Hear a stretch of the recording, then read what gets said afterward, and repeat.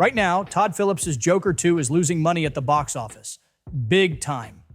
But let's not dwell on that for a moment. There's still a release coming up in China, and Warner Brothers can hope it'll at least break even. Instead, let's talk about the movies that have already crashed and burned at the box office, including those that had everything going for them, like Ryan Gosling's potential hit or the Mad Max spin-off. Furiosa opened to a dismal $32 million over the Memorial Day weekend. That's the lowest #1 total for Memorial Day since 1995, when Casper hit theaters. Things got even worse with the second week, dropping 59%, the worst drop of any Mad Max movie. The film became a box office bomb, grossing $172.8 million against its budget of $168 million. But why did Furiosa flop so hard? Well, expectations were sky high after Fury Road became an instant action classic. Plus, Anya Taylor-Joy is famous, but she's still not the kind of movie star who can carry a blockbuster solo just yet. The takeaway?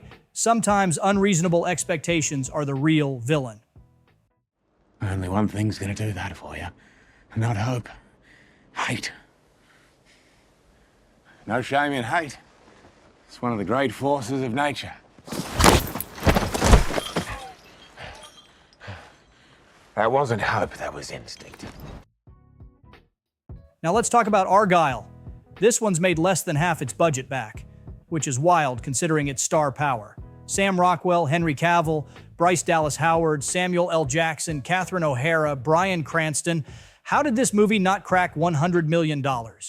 Apple spent $200 million to make it, and it still struggled at the box office, having pulled in only $96 million.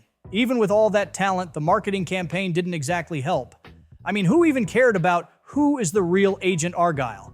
Not enough people, apparently. Apple might be downplaying it, but there's no denying. This one bombed hard.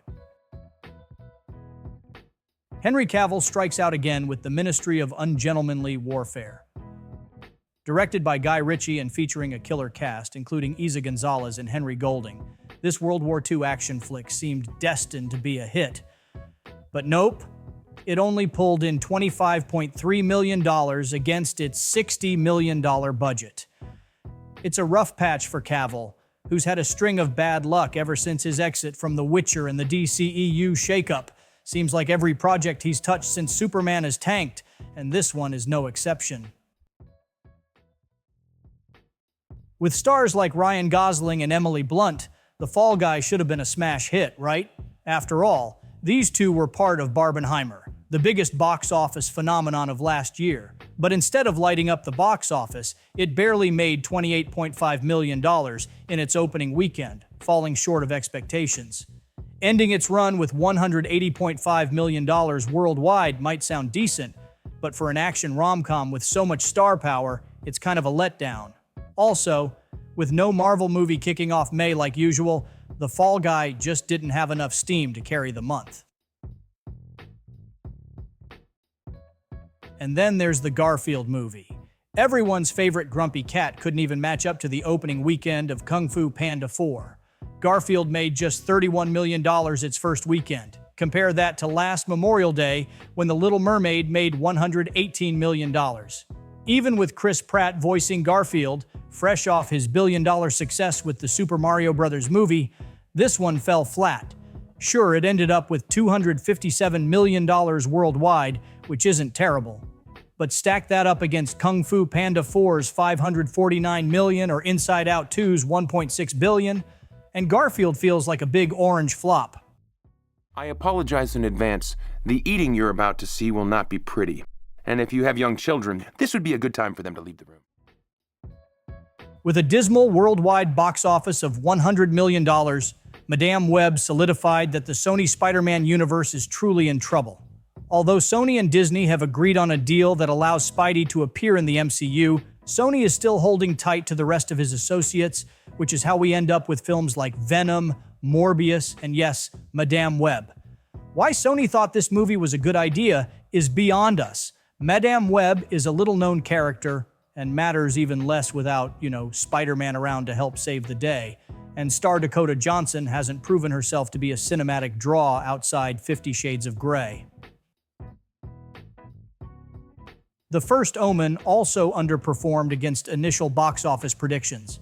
The movie is by no means a huge disappointment for 20th Century Studios. It's made $53 million worldwide against a $30 million budget, but it wasn't the hit you might have expected from one of the most iconic franchises in horror history. It's the 6th film in the Omen franchise, and it's starting to look like 20th Century Studios seriously needs to give the franchise some rest.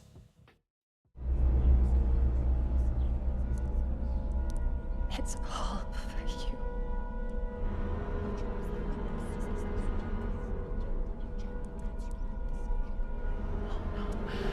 No, don't! The Book of Clarence made just 15% of its budget back. The Book of Clarence is an alternate history biblical comedy that posits the existence of a 13th apostle, Clarence. The Book of Clarence is only director Jamie Samuel's second film. His first, The Harder They Fall, was a critical success and enjoyed by viewers, but it debuted on Netflix, so it was hard to gauge what the box office would be like for his follow-up. It turns out that biblical comedy doesn't go over as well as a Western. The Book of Clarence, starring Lakeith Stanfield, cost $40 million to produce and made only $6.2 million worldwide. Cole Sprouse and Katherine Newton have been tapped as potential movie stars in the next generation of Hollywood and have each been in successful films. However, their star power and the value of Frankenstein as intellectual property didn't help this 80s teen horror comedy earn money. Even though it was a relatively cheap film to make at just $13 million, it couldn't crack double digits at the box office. It made only $9.9 million. Drive Away Dolls is the lowest-grossing film directed by a Coen brother in 33 years. Drive Away Dolls was directed by Ethan Coen and was the first film he directed on his own without his brother Joel. It was also the first Coen film to make less than $10 million since 1991's Barton Fink, which made $6.2 million to Drive Away Dolls' $6.8 million. The Coens have since made 14 films, some of which made as much as $252 million. True Grit. The movie has been pulled from release after only 3 weeks, not surprising considering that people just kept walking out of theaters during its run. What? No, No what, Carla? you're not wearing that. I just came from work. I came from Toledo. I don't dress like it. Is Jamie here?